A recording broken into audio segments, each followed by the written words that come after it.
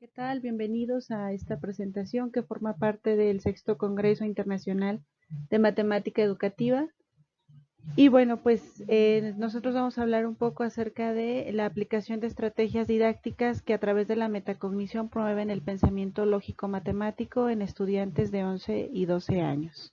Es un trabajo de investigación realizado por integrantes de la Universidad de Guanajuato y pertenecientes al programa de maestría en investigación educativa.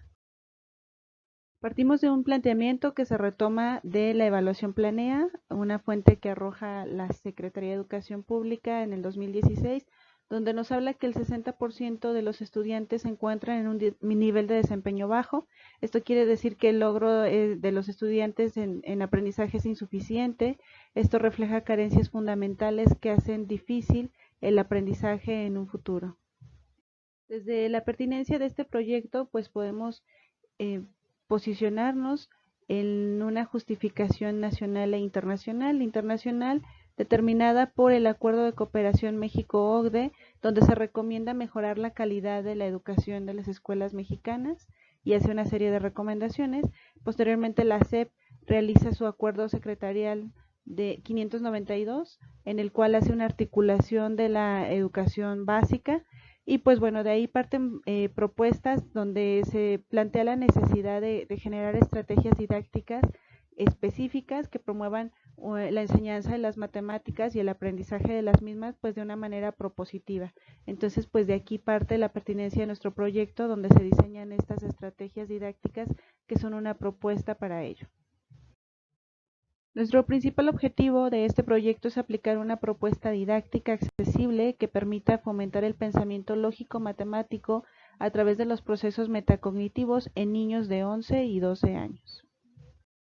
En el trabajo teórico-metodológico, en la investigación, nos encontramos con 4 categorías de análisis, entre ellas las que destacan es la reflexión y resolución de problemas, el proceso metacognitivo, el pensamiento matemático y el aprendizaje colaborativo. La fundamentación teórica de este proyecto está basado totalmente en la pedagogía constructivista de Jean Piaget, aunque retomamos algunos autores dentro de las categorías que ya hemos mencionado. En la resolución de problemas, por ejemplo, es muy importante la heurística de George Polya, el aprendizaje colaborativo se retoma de Neil Mercer, el pensamiento matemático de Gerard Bernoulli y la metacognición, por supuesto, de John Froebel, y algunos trabajos que se han realizado tanto a nivel nacional como internacional también son tomados en cuenta para llevar a cabo este proceso de construcción metodológica. La metodología resultó muy rica en tanto a sus elementos, abarca un análisis microgenético en el cual se trabaja con un grupo de estudio, es un grupo de sexto grado de primaria, se genera un estudio de caso que a través del modelo IMPROVE realizado por Mebarek y Kramansky nos damos cuenta que se puede hacer una sistematización de pasos con los que se trabaja dentro del aula. Se lleva a cabo el análisis de la charla exploratoria donde se invita a los estudiantes a fundamentar, a justificar, a dar ideas en tanto a cómo resuelven los problemas y pues bueno, a partir de ahí todo se registra a través de una grabación de sonido y se hace un análisis narrativo del mismo. Bueno, aunque este es el análisis de datos, quisiera platicar un poco acerca del trabajo de campo. Nosotros empezamos usando una batería de fracciones en recta numérica que retomamos de Jeffrey Sachs. Al principio nos costó un poco de trabajo porque los estudiantes intentaban describir el problema y existían ciertas confusiones, como se pueden dar cuenta en la pantalla en las transcripciones. Se buscaban conocimientos previos y algunos estudiantes daban cuenta de que sí tenían conocimientos previos al respecto, sin embargo era difícil todavía porque pues nos dimos cuenta al final que ellos no tenían las bases de trabajar en una recta numérica, existía confusión y nos dimos cuenta que era necesario hacer un cambio de técnica. Entonces nuestro trabajo de campo comenzó un poco atropellado, tuvimos que reorientar a principios del trabajo de campo para poder obtener mejores resultados.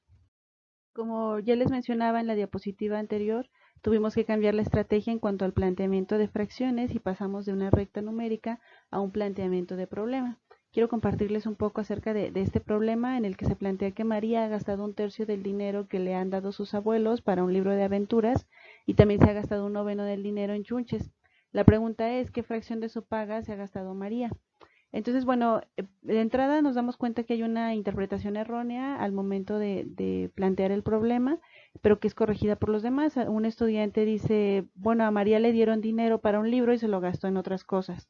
Hay estudiantes que lo corrigen y le dicen, no, el planteamiento es que el dinero que le dieron sus abuelos, ella lo gasta en comprarse un libro y chucherías y entonces se gasta un tercio y un noveno.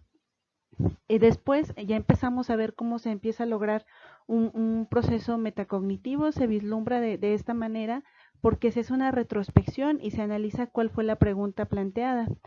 Los mismos estudiantes van diciendo, creo que tienes que hacer cierta operación, entonces dicen tal vez resta, pero la resta no se puede, y otro dice, yo digo que sumemos, y empiezan a justificar por qué es una suma, entonces aquí ya hay un proceso metacognitivo.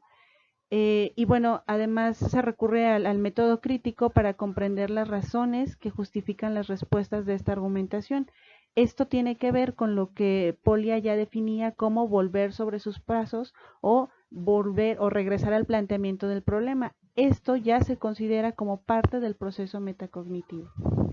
Una vez que se tiene claro el planteamiento del problema, entonces los estudiantes pasan a hacer la suma de un noveno más un tercio. En general a todos les da como resultado 4 novenos. Sin embargo, por ahí surge algún estudiante que dice, a mí como resultado me dio 12/27, y empieza la argumentación donde algunos compañeros le hacen ver que es exactamente la misma respuesta. Un estudiante interviene y le dice, si lo simplificas y le sacas una tercia, te das cuenta que son 4 novenos y es exactamente lo mismo. Entonces, bueno, aunque hay dos maneras de resolverlo, es muy interesante cómo es que en este proceso los estudiantes pueden darse cuenta que existen diferentes caminos para llegar a una respuesta igualmente de válida. Y algo muy interesante que resultó es que hay un estudiante que no participa de manera oral, pero cuando entrega su trabajo, pues entrega una respuesta gráfica donde dibuja un tercio, lo pueden ver en pantalla, y rellena con un noveno y entonces se da cuenta que el resultado son 4 novenos. Tiene conocimientos previos, por supuesto, de equivalencia de fracciones, tiene conocimientos de que las fracciones, las figuras tienen que dividirse conforme a las fracciones, y bueno, esto ayuda también en este proceso. Es interesante porque es un proceso gráfico, el estudiante tiene que recurrir a dibujarlo en su cuaderno, pero también está vislumbrándose ya un proceso metacognitivo, y aquí empezamos a darnos cuenta que hay ciertos niveles de razonamiento en el cual los estudiantes pueden hacer uso de un pensamiento abstracto o pueden hacer uso de algunos elementos gráficos. Otro ejemplo de esto lo tenemos en el planteamiento siguiente, donde menciona que una bodega tiene 32 cajas de vino que contienen 12 botellas de 3/4 de litro. La pregunta es, ¿cuántos litros de vino hay en la bodega? Aquí es muy interesante porque los estudiantes, al plantear el problema, empiezan a hacer una representación abstracta. Cuando un estudiante dice, no, son demasiados litros, es porque se da cuenta de lo que contienen 12 botellas, que 3/4 casi equivale a un litro, y empieza a pensar que son demasiados litros. Se genera también que el estudiante empiece a argumentar dando las razones de sus operaciones utilizadas, donde dice por qué tiene que hacer división o por qué tendría que hacer multiplicación. Hay un concepto también ya de entero donde ellos se dan cuenta que 4/4 hacen un litro, entonces 3/4 es casi un litro.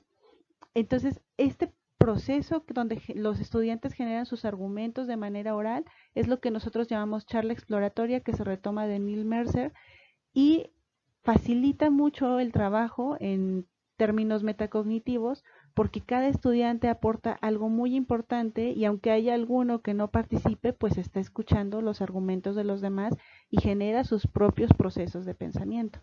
Al igual que en el problema anterior, los estudiantes logran hacer la resolución de este, multiplican las 32 cajas por las 12 botellas y después por los 3/4.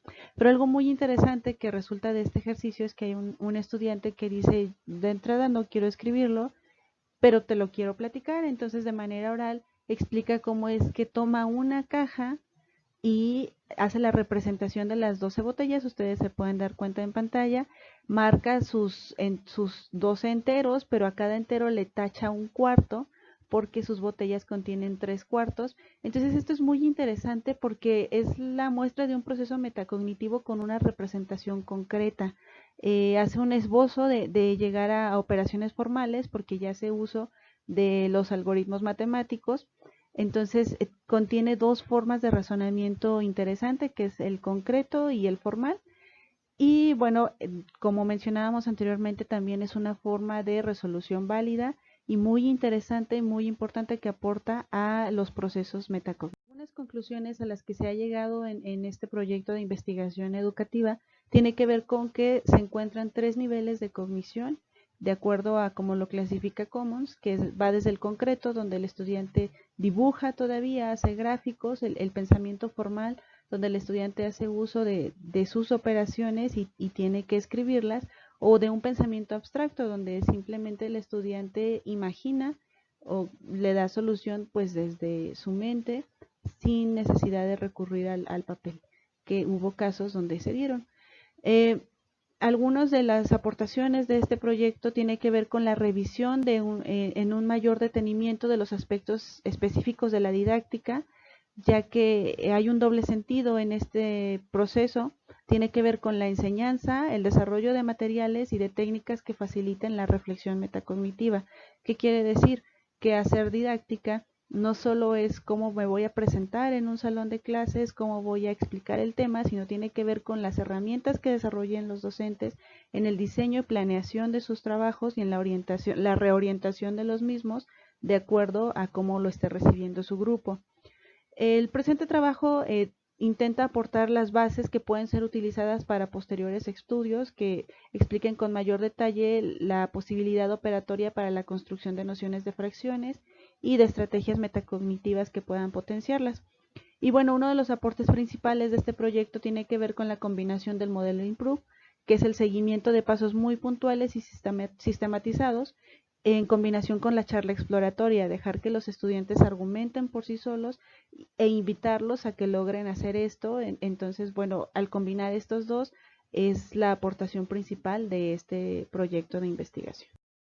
Bueno, finalmente, como este proyecto está encaminado a ser una propuesta didáctica para el profesor, nos dimos a la tarea de hacer un par de acotaciones, recomendaciones para el profesor o quien se dedica a la enseñanza de las matemáticas. En primer lugar, pues está que al momento de planear y seleccionar los problemas, se den cuenta los profesores que es importante que sean planteamientos entendibles para el grupo en general, de manera que tendrán que tener en cuenta el contexto de cada grupo. Número 2, pues establecer una sistematización de pasos a seguir en la resolución de problema. ¿Qué pasos o cuáles son?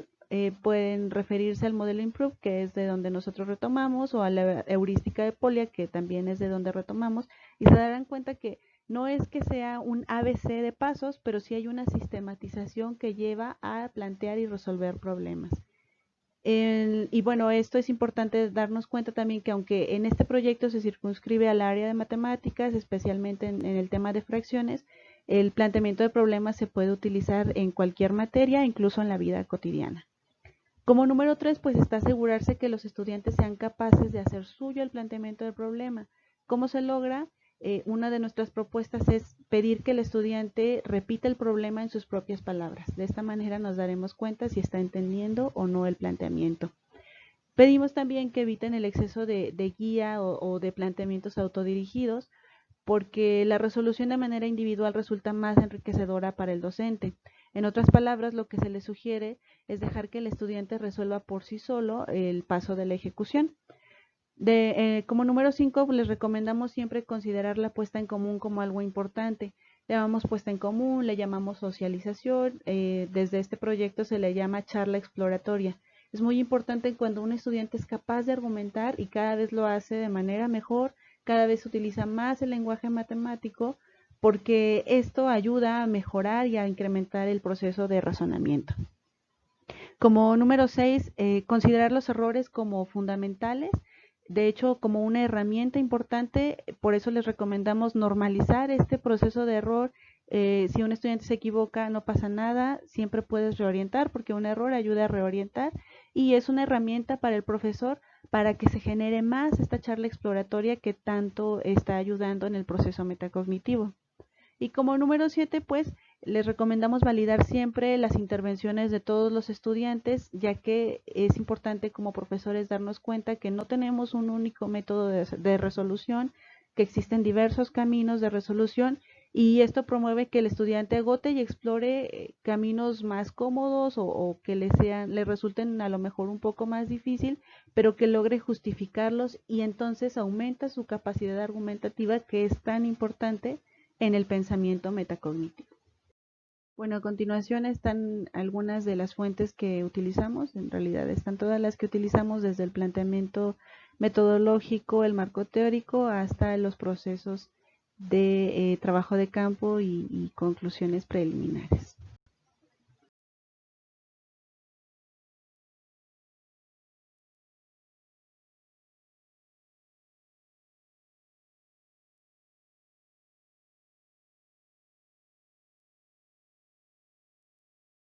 Muchas gracias por su atención.